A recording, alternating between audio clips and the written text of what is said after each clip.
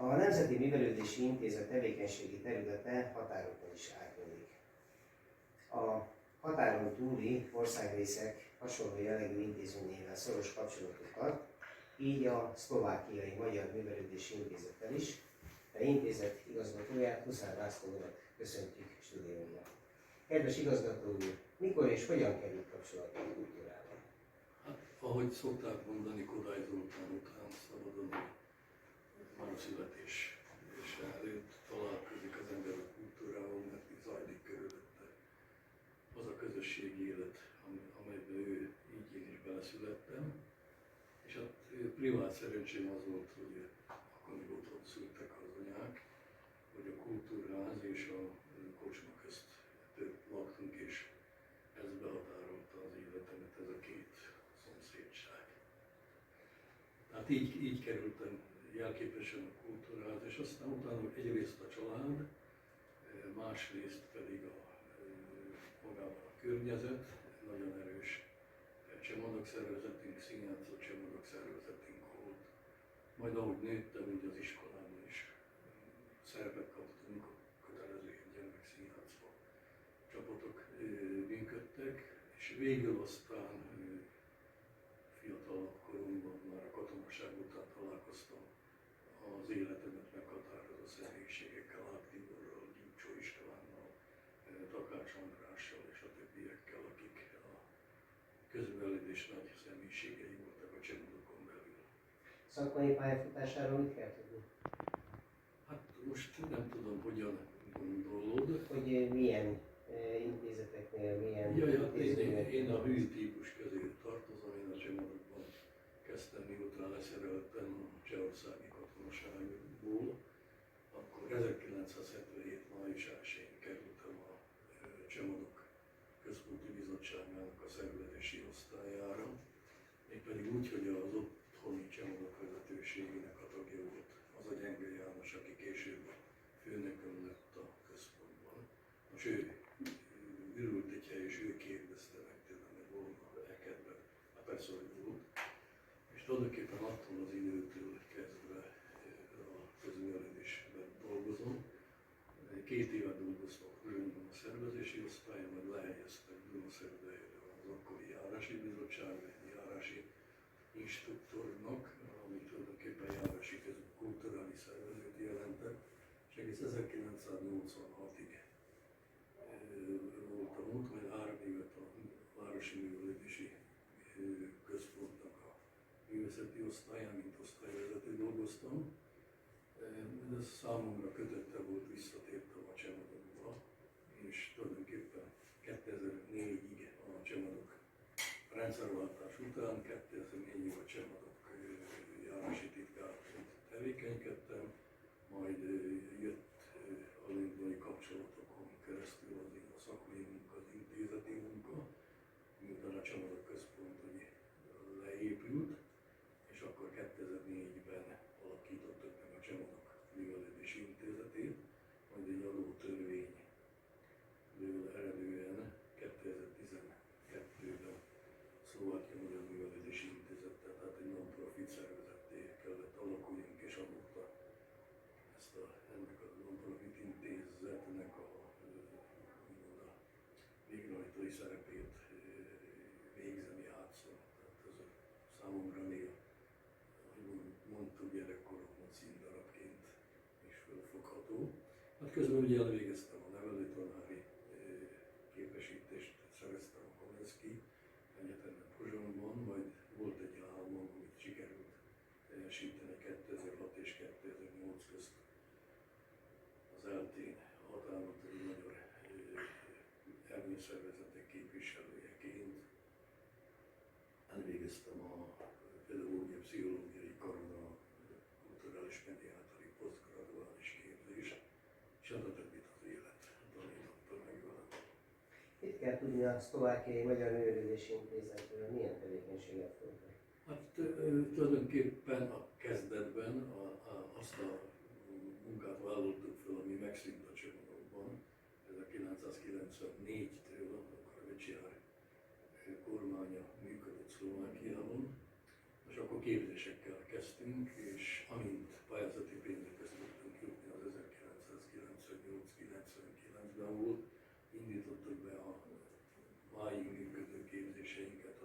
bábos csoportok képzéseit, a színjátszó, gyermekszínjátszó csoportok képzéseit és a népzenei képzéseket, tehát a citera és a népdalkörök, népénekesek számára szóló képzéseket, és emellett pedig fölvállaltuk azokat az országos rendezvényeket, amelyeket a Csemodok Központ leépülése során ki kellett, hogy engedjen a kezeiből, és így a Dunamenti Tavaszt a gyermekbábosok országos fesztiválját vettük át, illetve a Citera zenekarok országos találkozóját vettük át, és a Megszűnő tavaszi szél népzenei fesztivál verseny helyébe pedig Bíbor Gyula Szép Rózsa címmel kicsit másképp, más célokkal, más szerkezettel hoztuk létre a népzenei fesztiválunkat, ahol tulajdonképpen nem is verseny, nem is fesztivál, hanem micsoda értékelése, vagy a csoportok szakmai értékelése, sávozása zajlik. Tehát ez a grója, közben ki kellett nyúlnunk, tehát olyan feladatokat kellett fölvállalnunk, amit korábban a Csemodok nem vállalt föl, vagy csak nagyon ritkán. De itt Steve Jobsnak a mondásával élnék, aki azt mondta, hogy gondolkodj mindig másképp, mint a többiek. És ennek alapján olyan feladatokat kezdtünk találni és végezni, amik nem voltak jellemzők a Csemodokra, de a kultúrára, közművelődésre igen, hát ez volt a kiadás. Kezdtünk kiadni a Gyurcsa István kiadványok sorozatot, most 80-valahány kötetünknél tartunk. Aztán kezdtük el látni a Csemodok egyéb ilyen szakmai ügyeit, fölkérésre. Persze, ha van fölkérés, akkor többet, ha nincs akkor kevesebbet. És tulajdonképpen 2015-ben nagyon megerősödött az értékföltárás, az értékföltáró munka, amikor is a Hungarikon törvény módosult, kiegészült a határon túliakkal, tehát velünk a külvoniakkal, és így elébb az intézet nem csak a Csemodok szakmai háttérintézményeként, hanem a Földvidéki Értéktár és Értéktárbizottság végrehajtójaként kezdett működni, de akkor nekünk már több adatbázisunk volt, élve azzal a lehetőséggel, amelyet a nagyok, Mák Tibor és a Takács András és a többiek összegyűjtöttek, tehát népzene, néptáncban elindultunk ilyen adatbázis jelleggel a neten, az interneten, kezdtünk adatbázisokat építeni, és ezt fejlesztettük ki. Mai napig 30 valamennyi adatbázist működtetünk, és ezt csatoltuk a Földvidéki Értéktári Bizottsághoz, tehát mutatnám azt, hogy többet teljesítünk, mint amit a törvény, a magyarországi törvény kér, de ezt csak úgy zárójelesen mondom, mert úgy minden érték, csak éppen másképp vannak nálunk kategorizálva. És ez addig erősödött, míg nem ki kellett találni a miértjét, a hogyanját, és ez pedig a település mustra összesítő adatbázisban jelent meg. Itt 22-24 adatbázis kerül bemutatásra településenként. Tehát azt jelenti, hogy kíváncsi vagyok, hogy X faluban nálunk Földvidéken mi az, amit mi tárolunk, amit be akarunk mutatni, akkor két kattintás a billentyűzet, és már ott is vagyunk. Most ennek a grója pedig az, hogy tudjuk, hogy a fiatalok, nem mint hogyha én most vagy te nagyon öregek volnánk, de a fiatalok a mobiltelefon nélkül, az okos telefon nélkül nem léteznek, és ezért most teszt szintjén állunk, szeptemberben mutatjuk be az értéktárnak, a Földvidéki Értéktárnak a mobil applikációjával. Milyen kapcsolatokat tartotok a Nemzeti Művelődési Intézettel, és mióta van ez? Hát ez egy hosszú dolog, tulajdonképpen 2006-ban az akkori kultuszminisztérium, nem is tudom, NKR voltál akkor a neve. Nagyon jó kapcsolatunk volt a közművelődési főosztályos Kálóci Katalinnal, aki kitalálta ezt a posztgraduális képzést, és 2006-ban összeszedték a Kárpát-medencei előtt, és akkor indult el egy ilyen rendszeres találkozó 2 éven keresztül havi képzésekkel, és amikor 2008-ban végeztünk, akkorra már ugye a Lendva, Zenta és Dunaszerdel mellett megalakult a Kárpátaljai Művelődési Intézet RB-ben is megalakult, és 2009-ben már a Kárpát-medencei Közművelődési Kerekasztal gondolatai jutottunk el, és mindez akkor más célkitűzésnél más vezetés ide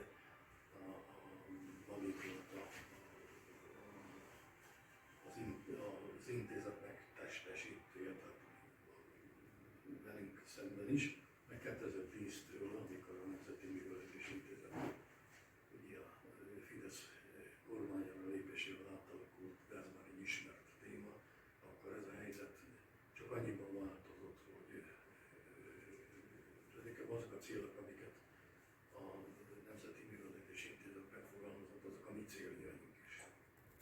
Főképpen, szóval határon túl még inkább ezekre a célokra összpontosítottunk, és ezt vittük tovább, és így kerültünk a Nemzeti Művelődési Intézet mellé partnerként, mert a Kárpát-medencei Közművelődési Kerekasztal stratégiai megállapodást írt alá a Nemzeti Művelődési Intézettel, még akkor Budapesten persze, és így rakódott egymásra a képzések sorozatok, egy különböző találkozók, szakmai találkozók, amit már te is ismersz. Igen, a KKK-ra majd visszatérünk. Én érdeklődnék a Nemzeti Művelődési Intézet Kárpát-medencére kiterjedő működésével, munkájában. Ugye erről mi a vélemény, ezt úgy vélemény? Hát én türelmes ember vagyok, de néha türelmetlen. Nekem a gyorsaság is fontos az életben, mert az sose érdekelt, hogy ki jön mögöttem, azonban nagyon előzön meg. Tehát ez az együttműködés jó, nagyon sok lehetőséget ad a népművelőnek, vagy a közművelődés szervezőnek, mondjam így. Magában a szakmai képzésében, a találkozókban, különböző közös rendezvények találkozójában, ezeknek az összekapcsolásában, mint a Kultivál például, vagy akár ilyen más rendezvény, de én azt gondolom, hogy ez a kapcsolat, ez a feladat ellátásá válna, konkrét feladat ellátásá válna, mert a Kárpát-medencei magyarság az egy. Tehát kicsit más a gondolkodásmód Erdélyben vagy Fölvidéken, de javarészt azonos, hogy hogyan lehetne ezeket a közös magyar feladatellátásokat még inkább közösen végezni. Úgy, ahogy működik a Nemzeti Művelődési Intézetnek, működnek a megyei irodái, úgy lehetne ezt véleményem szerint határon túlon is megvalósítani, úgy lehetne ezt bemutatni, úgy lehetne ezt konkrétan működtetni, mert ez véleményem szerint az asszimilációt is csökkenteni, szakmaivá tenni a közművelődést, mert manapságban nem lehet úgy összegyűjteni a múltat, a hagyományt, lásd az értéktáros világunkat, nem lehet összegyűjteni, és így lehet még inkább erősíteni ezt a közművelődési feladatellátást. Megemlítésre került a KKK, a Kárpát-medencei Közművelési Kerekasztal. A kerekasztalnak a munkájával kapcsolatban mit lehet elmondani? Mi a küldetése ennek a csoportnak? Hát az elsődleges küldetése az, hogy mindentől függetlenül, tehát politika vagy bármi más hivatalmaktól függetlenül egy szakmai csoportot hoztunk 2009-ben létre, és lendvai és zentai találkozásaink alkalmával mindig tudjuk az évet pontosítani, konkrétizálni, különböző közös rendezvényekben, közös programokban tudunk gondolkodni, és tudjuk ezt megvalósítani. Ha nem jön a koronavírus, akkor az idén augusztusban Nagyszebenben vagyunk, ott tartjuk a kultivál rendezvényeket.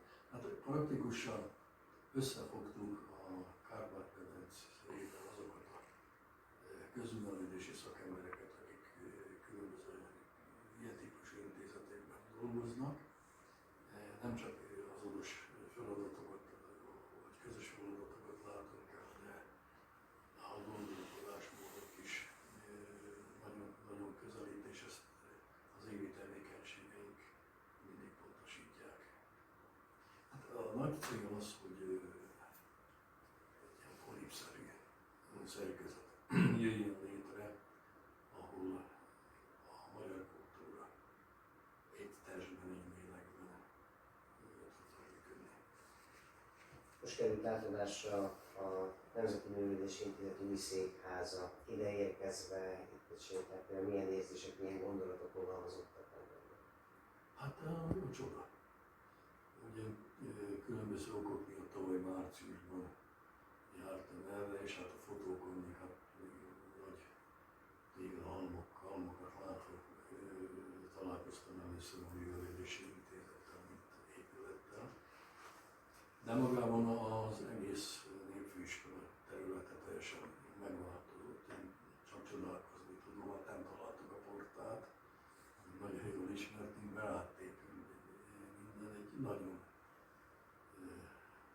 szimpatikus és nagyon fontos területre érkeztünk, és hát azt, hogy a Művelődési Intézetet még inkább megismerjem, az majd a jövő kérdés, a jövő feladata, de itt úgy érzem, hogy adott a lehetőség arra, hogy magában a határon túli Művelődési Intézet és hát összefoglalva a kerekasztal és a Nemzeti Művelődési Intézet közt a kapcsolat most már ilyen szép helyen, jó világban meg tudja még inkább erősödni.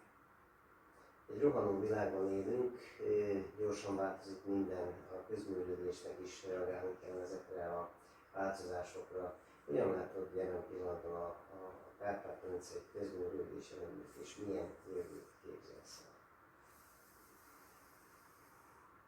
Hát praktikusan, amit eddig mondtad, ezt próbálta körülírni.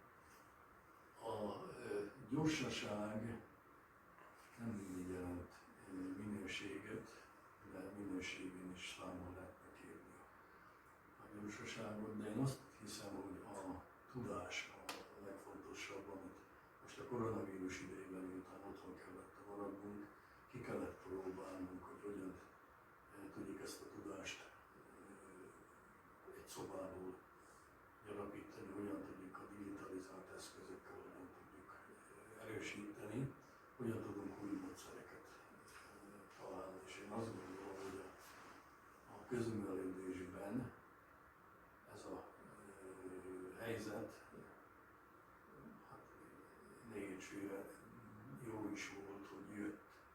Hát kényszerűen át kellett gondolnunk, hogy min változtatunk. Mi az, ami még a régi megrögződések formáit hordozza magában, és már változtatni kellene rajta, mi az, amit a régi hagyományokat megtartva, megélve, hogyan tudjuk feldolgozni a települési értéktárban ezeket a változásokat.